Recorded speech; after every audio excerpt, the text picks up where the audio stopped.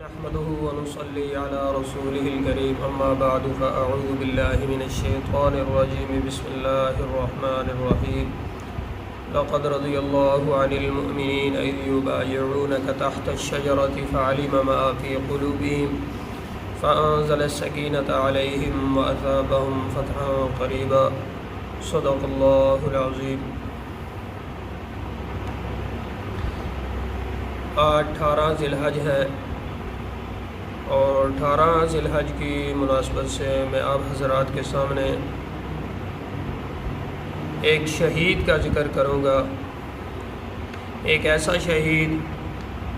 جو کہ نبی کریم صلی اللہ علیہ وسلم کا والدہ کی طرف سے قریبی رشتہ دار ہے، ایسا شہید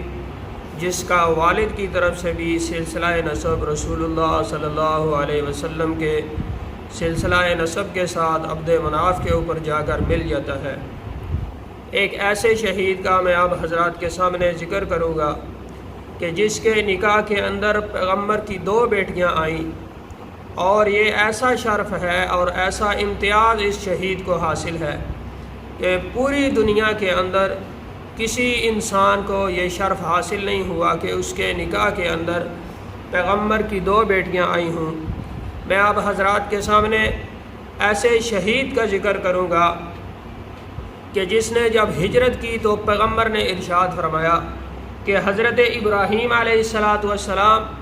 اور حضرت لوط کے بعد یہ پہلا شخص ہے جس نے اللہ کے لیے اپنے اہل و عیال کے ساتھ ہجرت کی۔ میں آپ کے سامنے ایسے شہید کا ذکر کروں گا جو کہ سفیر رسول ہے۔ میں آپ حضرات کے سامنے ایسے شہید کا ذکر کرنے والا ہوں کہ جو خود موجود نہیں ہے اور پیغمبر نے اپنے ہاتھ کو اس کا ہاتھ قرار دے کر اس کے اپنے ہاتھ کے اوپر بیعت کی اور فرمایا کہ یہ عثمان کا ہاتھ ہے اور یہ میں عثمان کی طرف سے بیعت کر رہا ہوں۔ میں آپ حضرات کے سامنے ایسے شہید کا ذکر کروں گا کہ جب پیغمبر نے ارشاد فرمایا کہ مسلمانوں کے لیے پینے کا پانی نہیں ہے اور یہودی میٹھا پانی مہنگے داموں بیچ رہا ہے، کون ہے جو اس کنویں کو خریدے اور مسلمانوں کے لیے وقف کر دے؟ تو یہ وہ شہید ہے جس نے اٹھ کر خود اپنے ہاتھ سے قیمت ادا کی اور اس کنویں کو خریدا اور مسلمانوں کے لیے وقف کر دیا، اور لسان نبوت سے زبان نبوت سے جنت کی خوشخبری حاصل کی۔ اور یہ ایسا شہید ہے کہ جب پیغمبر علیہ السلام نے کہا کہ مسجد نبوی کی جگہ تنگ ہو گئی ہے، مسجد کو وسیع کرنا ہے اور ساتھ والا مکان جو شخص خرید کر مسجد کے اندر داخل کر دے گا اس کو جنت کی خوشخبری ہے، تو یہ وہی شہید ہے جو اٹھا اور جگہ کو خریدا اور مسجد کے لیے وقف کر دیا۔ اور یہ ایسا شہید ہے کہ جس کی زندگی کے اندر ہی پیغمبر نے جنت کی بشارت دے دی تھی۔ یہ ایسا شہید ہے کہ جس کی زندگی کے اندر ہی پیغمبر نے اس کی شہادت کی خبر دے دی، اور یہ ایسا شہید ہے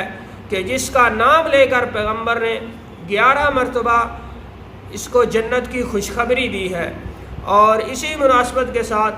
سب سے پہلے میں آپ حضرات کے سامنے وہ حدیثیں لاؤں گا جن حدیثوں کے اندر نبی کریم صلی اللہ علیہ وسلم نے سیدنا عثمان بن عفان رضی اللہ تعالیٰ عنہ کی شہادت کی خبر دی ہے۔ اور ان حدیثوں کے اندر آپ علیہ السلام نے یہ بھی ارشاد فرمایا کہ ایک فتنہ برپا ہوگا اور فتنے کے اندر یہ شخص ہدایت پر ہوگا اور راہ راست پر ہوگا۔ اور جن حدیثوں کو سامنے رکھنے سے آج رافضی اور نیم رافضی جتنے اعتراضات کرتے ہیں وہ سارے اعتراضات ان کے رد ہو جاتے ہیں، اور ان اعتراضات کی ایک پرکا کی حیثیت بھی نہیں رہتی، اس لیے کہ ایک طرف ان کے اعتراضات ہیں، یہ کہنے والے ہیں کہ حضرت عثمان اقربا پرور تھے، وہ اپنے رشتہ داروں کو پیسہ دیا کرتے تھے اور ان کی مالی مدد کیا کرتے تھے اور بیت المال سے ان کی مدد کیا کرتے تھے، اور یہ کہنے والے یہ کہتے ہیں کہ حضرت عثمان نے اپنے رشتہ داروں کو جو ان کے قریبی تھے ان کو گورنر بنایا ہے، اور دوسری طرف پیغمبر صلی اللہ علیہ وسلم کے ارشادات ہیں کہ جب فتنہ برپا ہوگا تو یہ وہی شخص ہے جو کہ حق پر ہوگا۔ اور اگر جو شخص بھی رسول اللہ صلی اللہ علیہ وسلم کی ذات پر ایمان اور یقین رکھتا ہے وہ یقیناً نبی کریم صلی اللہ علیہ وسلم کی بات کو مانے گا اور اس پر یقین کرے گا، اور یہ جتنے بھی رافضی اور نیم رافضی ہیں ان کی جتنے بھی اعتراضات ہیں ان کو جوتے کی نوک پر رکھے گا۔ تو اس بارے میں آپ حضرات کے سامنے سب سے پہلے حضرت مرہ بن کعب رضی اللہ تعالیٰ عنہ کی روایت پیش کروں گا جو کہ ترمذی اور ابن ماجہ کے اندر ہے۔ وہ بیان کرتے ہیں کہ رسول اللہ صلی اللہ علیہ وسلم سے میں نے ایک خطاب کے اندر سنا کہ آپ نے اپنے بعد امت میں پیدا ہونے والے فتنوں کا ذکر کیا، اور حدیث کے لفظ یہ ہے کہ فقر بہا، اور ان فتنوں کو قریب بتایا۔ فمر رجل مقنع فی ثوب، تو اتنے میں ایک شخص سامنے سے گزرا اور اس نے اپنے سر کے اوپر کپڑا ڈالا ہوا ہے، تو نبی کریم صلی اللہ علیہ وسلم نے اس شخص کی طرف اشارہ کرتے ہوئے ارشاد فرمایا کہ یہ شخص آنے والے ان فتنوں کے دنوں میں طریقہ ہدایت اور راہ راست پر ہوتا ہے۔ حدیث کے راوی حضرت مرہ بن کعب رضی اللہ تعالی عنہ فرماتے ہیں کہ نبی کریم صلی اللہ علیہ وسلم کی زبان سے یہ الفاظ سن کر میں اس شخص کی طرف دوڑا کہ میں جا کر دیکھوں کہ یہ شخص کون ہے۔ جب میں نے جا کر دیکھا تو یہ عثمان تھے، تو میں نے اسی وقت حضرت عثمان کا چہرہ آپ صلی اللہ علیہ وسلم کی طرف پھیرا اور فرمایا یا رسول اللہ کیا یہی وہ شخص ہیں؟ تو آپ صلی اللہ علیہ وسلم نے ارشاد فرمایا کہ ہاں یہ وہی شخص ہیں جو فتنوں کے دنوں کے اندر راہ راست کے اندر ہوں گے، راہ راست کے اوپر ہوں گے اور ہدایت کے اوپر ہوں گے۔ اور اب فتنوں کے دور کے اندر حق پر کون ہے، راہ راست پر کون ہے، یہ کوئی نہیں جانتا، لیکن عثمان وہ شخصیت ہے جن کی راہ راست پر ہونے کی اور طریقہ ہدایت پر ہونے کی نبی کریم صلی اللہ علیہ وسلم نے خود بشارت دے دی کہ فتنوں کے دنوں کے اندر یہ ہدایت پر ہوں گے۔ اور اس حدیث سے یہ بات کھل کر واضح ہو جاتی ہے، یہ بات کھل کر سامنے آ جاتی ہے کہ رافضی اور نیم رافضی سیدنا عثمان رضی اللہ تعالیٰ عنہ پر جتنے بھی اعتراضات کرتے ہیں وہ سارے کے سارے بناوٹی ہیں اور من گھڑت ہیں، اور یہ سبائی فتنے نے خود حضرت عثمان رضی اللہ تعالیٰ عنہ پر اعتراضات گڑے ہیں، ان سے خلافت چھیننے کے لیے گڑے ہیں۔ اور نبی کریم صلی اللہ علیہ وسلم نے ارشاد فرما دیا کہ عثمان طریقہ ہدایت پر ہوں گے، اور فتنوں کے ان دنوں کے اندر بھی حضرت عثمان رضی اللہ تعالیٰ عنہ ہدایت کے اوپر تھے اور طریقہ ہدایت کے اوپر تھے۔ اور اس کے علاوہ ایک دوسری حدیث جو کہ حضرت عبداللہ بن عمر رضی اللہ تعالیٰ عنہ سے مروی ہے، وہ روایت کرتے ہیں کہ رسول اللہ صلی اللہ علیہ وسلم نے ایک بہت بڑے فتنے کا ذکر کیا اور حضرت عثمان رضی اللہ تعالیٰ عنہ کی طرف اشارہ کرتے ہوئے فرمایا کہ یہ بندہ اس فتنہ کے اندر مظلومیت کے ساتھ شہید ہوگا۔ اور آپ میں سے ہر شخص یہ جانتا ہے کہ مظلوم کس کو کہا جاتا ہے، مظلوم اس شخص کو کہا جاتا ہے جس کے اوپر ظلم کیا جائے اور جس کا کوئی قصور نہ ہو۔ اور اس حدیث سے یہ بات کھل کر سامنے آ جاتی ہے کہ جب وہ فتنہ برپا ہوا تو اس فتنے کے اندر حضرت عثمان مظلوم شہید ہوئے، اور حضرت عثمان رضی اللہ تعالیٰ عنہ پر جتنے بھی اعتراضات کیے گئے وہ سارے کے سارے ناجائز تھے اور بناوٹی تھے، اور فتنہ سبائیت نے وہ سارے کے سارے اعتراضات بنائے ہیں۔ حضرت عثمان کی شخصیت وہ شخصیت ہے کہ جس کی شہادت کی خبر رسول اللہ صلی اللہ علیہ وسلم نے اپنی زندگی کے اندر دے دی،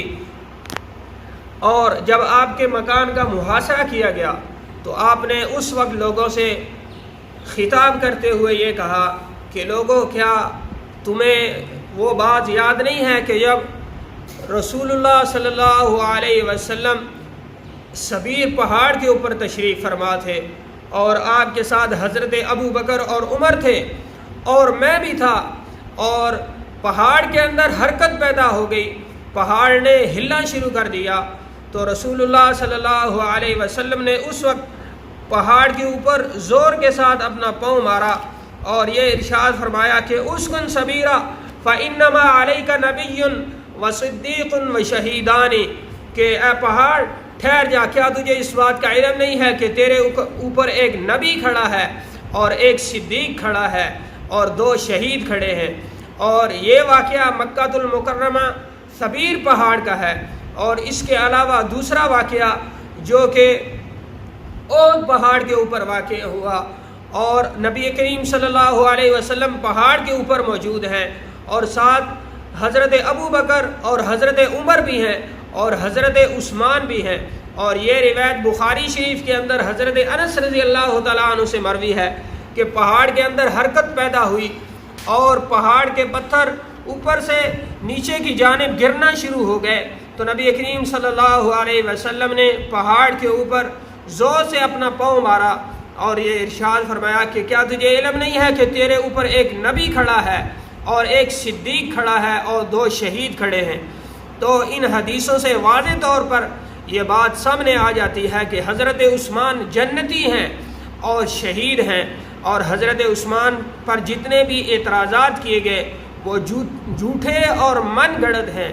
اگر یہ نیم راوسی قرآن و حدیث کو دیکھ لیں، جو سنی ہونے کا دعویٰ کر رہے ہیں، سنی ہونے کا انہوں نے لبادہ پہنا ہوا ہے، لیکن اصل کے اندر ان کے اندر سبائیت ہے۔ اگر یہ اصلی سنی ہے تو یہ قرآن اور حدیث کو دیکھ لیں، تو حضرت عثمان پر یہ جتنے اعتراضات کر رہے ہیں ان کو پتہ چل جائے گا کہ یہ اعتراضات سارے سبائیت کا پروپیگنڈا ہے۔ اللہ رب العزت سے دعا ہے کہ اللہ ہمیں صحابہ اکرام کی اتباع اور پیروی کرنے کی توفیق عطا فرمائے، اور فتنہ سبائیت کا ڈٹ کر مقابلہ کرنے کی توفیق عطا فرمائے۔ وآخر دعوانا ان الحمد للہ رب العالمین۔